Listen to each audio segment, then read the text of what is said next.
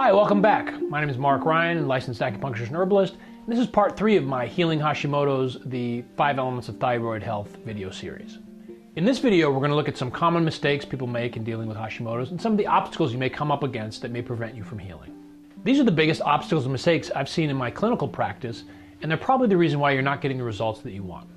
Number 1, there's little or no information available online or in books that has reliable help for people with Hashimoto's. Number 2, healing Hashimoto's requires lifestyle changes.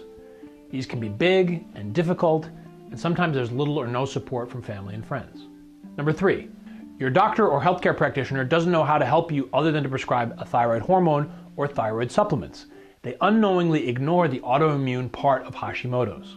And number 4, you don't have time, you can't afford it, nothing's worked before, so why bother? Let's take a look at each one of these, and I think it'll become clear why I created this program in the first place. Obstacle number 1. There's little or no information out there in internet land. Google Hashimoto's. What you'll find are a few general information sites and some forums. And actually the forums are some of the best information out there.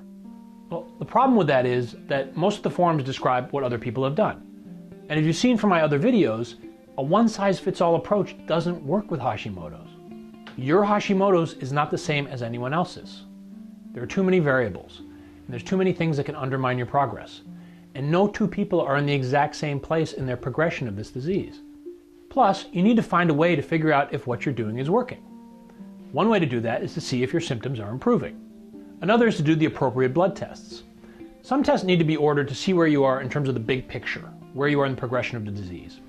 Other tests need to be ordered and reordered to identify one part where you have the problem to see if you're actually improving there.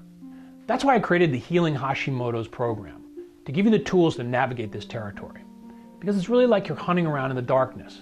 I want to give you a map and a flashlight so you can know where you're going. Obstacle number 2. Healing Hashimoto's requires some lifestyle changes. That's the truth. I'm not going to sugarcoat it. You really need to take a hard look at your life and see where it's not serving you. My own personal experience with my own autoimmune condition, as well as my experience helping dozens of women with this disease, is that you can't half-ass this and get results. You have to commit.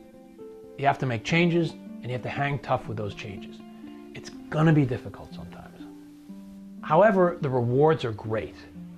You have a legitimate shot of getting this thing under control, and it's even possible to get to a state of remission. One thing you have to understand about Hashimoto's is it will always be there. And again, the temptation here is to feel bad. But the changes you have to make can actually be an unbelievable blessing. There's an old saying, one disease, long life, no disease, short life. So having this disease may, out of necessity, actually force you into living a really healthy lifestyle. And this can have benefits in all kinds of ways. You can have an unbelievably great life, full of energy and clarity and hope. By making these changes, you will reduce your risk for getting chronic diseases that you would have been prone to by living that other unhealthy lifestyle. Think about a time when you overcame a really difficult challenge, one that you thought you'd never make it through, but you did. And think about the courage that it took and how you made it through. It's going to be hard, but what an amazing life you're going to have when you get to the other side. And I'm here to say you will get to the other side. I'm living proof. Obstacle number 3. Your doctor or healthcare practitioner doesn't really know how to treat autoimmune disease. Unfortunately, this is pretty common. And I can talk about this because for many years, I was a practitioner who had no clue.